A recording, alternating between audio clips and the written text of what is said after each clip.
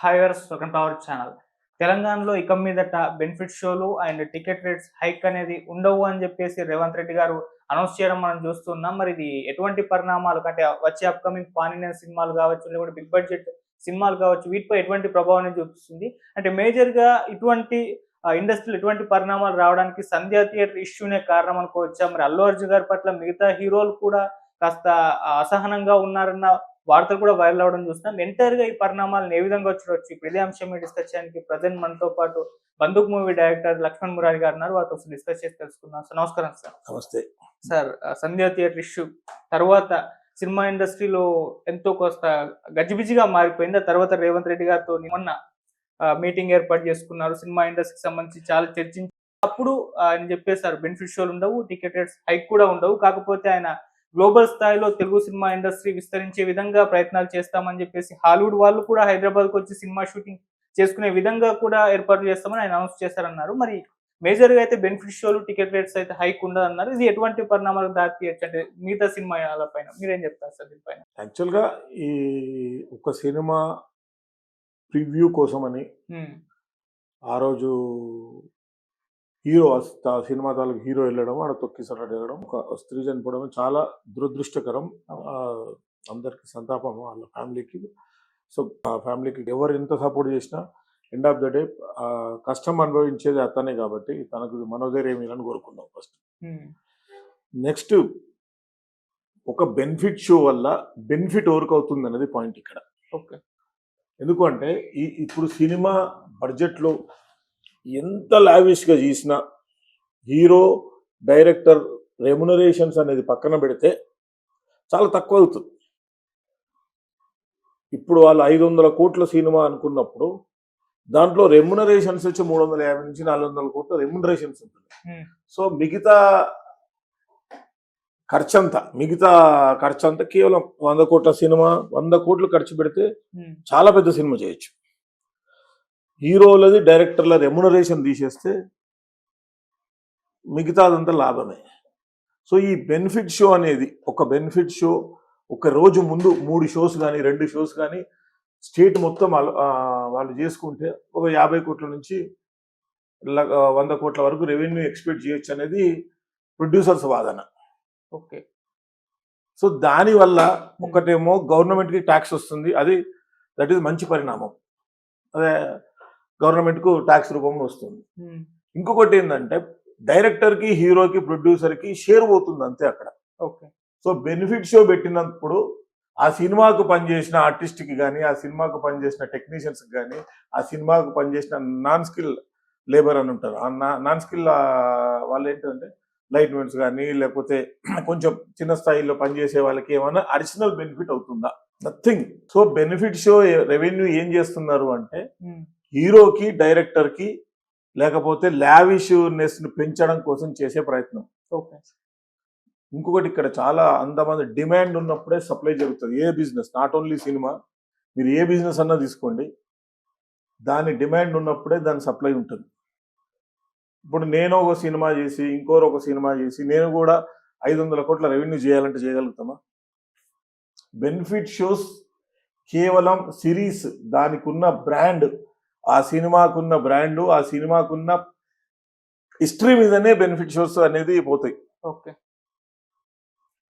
ఆ సినిమా రేపు రిలీజ్ అయిపోయిన తర్వాత దాని రిజల్ట్ లేదు అంటే నెక్స్ట్ డేనే డ్రాప్ అయిపోతాయి, జీరో అయిపోతాయి.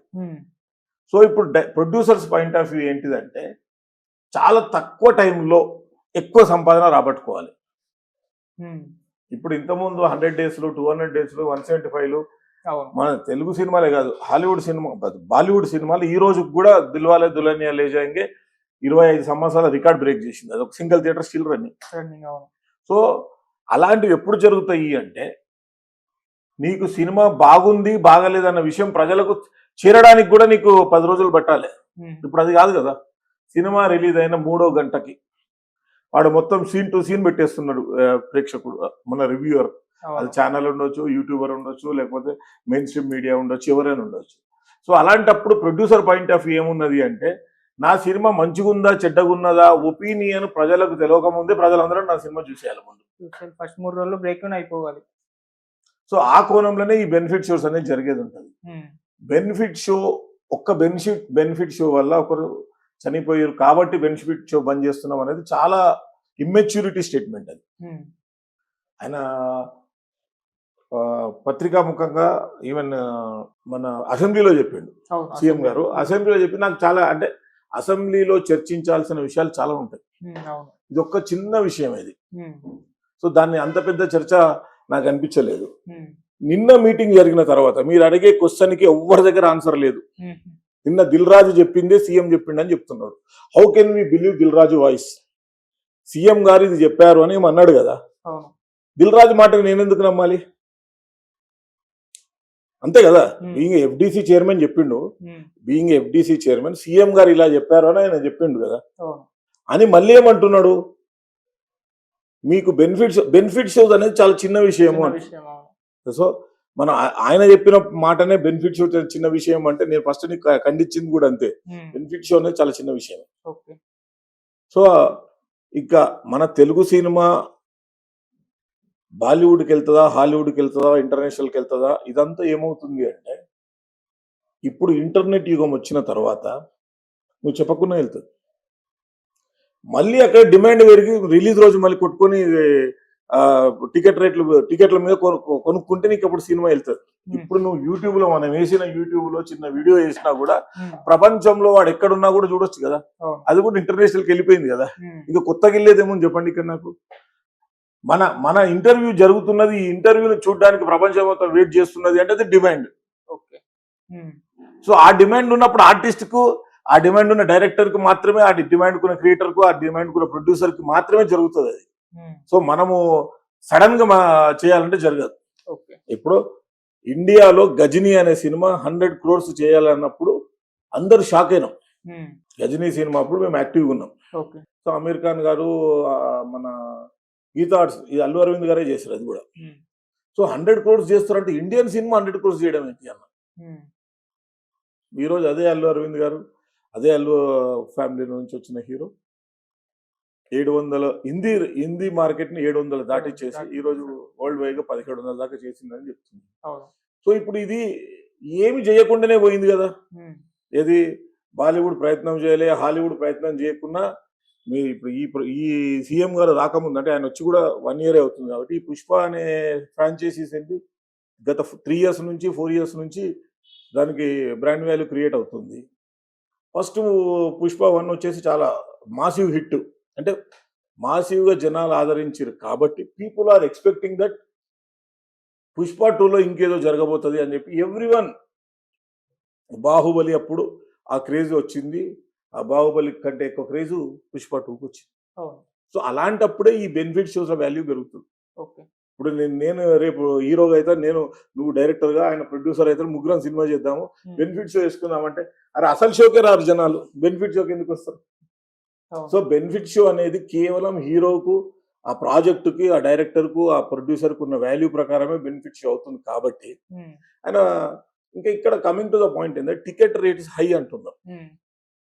ఫస్ట్కి వెళ్ళి కూడా నేను ఇది గత 15 సంవత్సరాల నుంచి కూడా నాకు ఈ చర్చ ఉంటుంది. ఎప్పుడైనా కూడా నేను ప్రొడ్యూసర్ సైడే మాట్లాడుతుంటాను. ఎప్పుడంటే మనం ఈరోజు ఒక సబ్బు తయారు చేసినాం బ్రదర్, ఆ సబ్బు 10 రూపాయలు తయారు చేసినాం. 10 రూపాయలు తయారు చేసిన తర్వాత నువ్వు 11కి అమ్ముకోవచ్చు, 12కి అమ్ముకోవచ్చు, 15కి అమ్ముకోవచ్చు, మార్కెటింగ్ చేసి 20కి అమ్ముకోవచ్చు. నీకు వాల్యూ లేని సబ్బుని తెచ్చి 20 రూపాయలు అంటే కొంటాడా మళ్ళీ జనాలు? నీకు వాల్యూ ఉన్న బ్రాండెడ్ సబ్బే 15 రూపాయలకు కొంటున్నప్పుడు వాల్యూ లేని సబ్బును 15 కొనమంటే కొన్నాడు కదా. సో అలాగే ఈయన ప్రొడక్షన్ నువ్వు ఇంత ఖర్చు పెట్టి చేసినా థియేటర్లో అదే టికెట్ అమ్ముతున్నాం మనం.